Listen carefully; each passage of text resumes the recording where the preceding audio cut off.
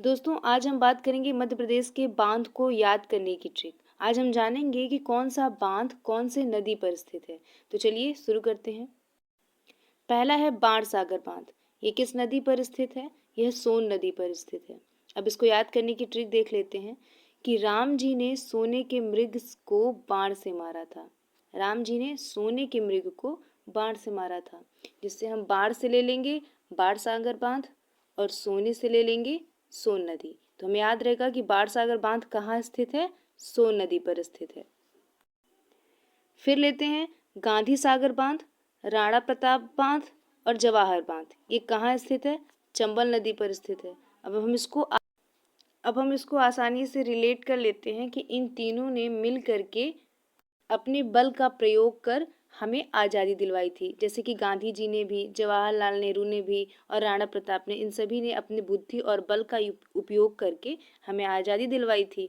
तो इससे हम क्या करेंगे कि गांधी से हो जाएगा गांधी सागर बांध, राणा से हो जाएगा राणा प्रताप बांध और जवाहर से हो जाएगा जवाहर बांध, और बल से ले लेंगे चंबल। तो हमें याद रहेगा कि गांधी सागर बांध, राणा प्रताप बांध, जवाहर बांध कहाँ है? चंबल नदी पर स्थित है। अब लेते हैं ओमकारेश्वर बांध और महेश्वर बांध, यानी ये दोनों परियोजनाएं कहाँ हैं? नर्मदा नदी पर स्थित है। तो इसको हम याद कैसे करेंगे कि महेश ने ओम का नाम लिया। ठीक है, महेश ने ओम का नाम लिया, तो जिससे महेश से हो जाएगा महेश्वर परियोजना, ओम से हो जाएगा ओमकारेश्वर परियोजना और नाम से हो जाएगा नर्मदा। तो हमें याद रहेगा कि ये दोनों परियोजनाएं, ये दोनों बांध कहाँ हैं? नर्मदा नदी पर हैं।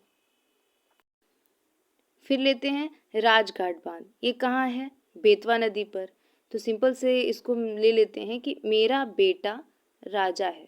ठीक है, मेरा बेटा राजा है, तो जिससे बेटा से हो जाएगा बेतवा और राजा से हो जाएगा राजघाट।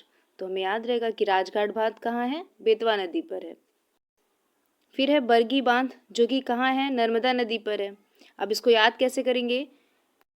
मर गई है तो बार दो। बार दो का मतलब हो गया जला दो। जब कोई मर जाता है तो उसे जलाया जाता है।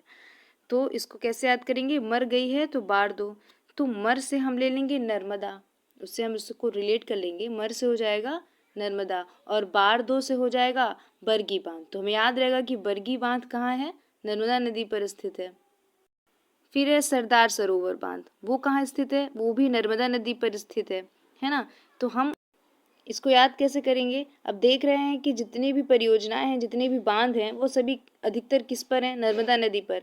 तो हम ऐसे इसको रिलेट कर लेंगे कि ये जो नदी है वो सबकी सरदार है। ठीक है, ये नदी सबकी सरदार है, यानी नर्मदा नदी सबकी सरदार है, तो नर्मदा हो जाएगा और सरदार से हो जाएगा सरदार सरोवर बांध। तो ये कहाँ है? तो हमें याद रहेगा ना कि सरदार सरोवर बांध कहाँ है? नर्मदा नदी पर है। फिर ले लेते हैं तवा बांध। तवा बांध किस नदी पर स्थित है? तवा नदी पर स्थित है। तो इसको याद करने की तो कोई ट्रिक नहीं की ज़रूरत ही नहीं है।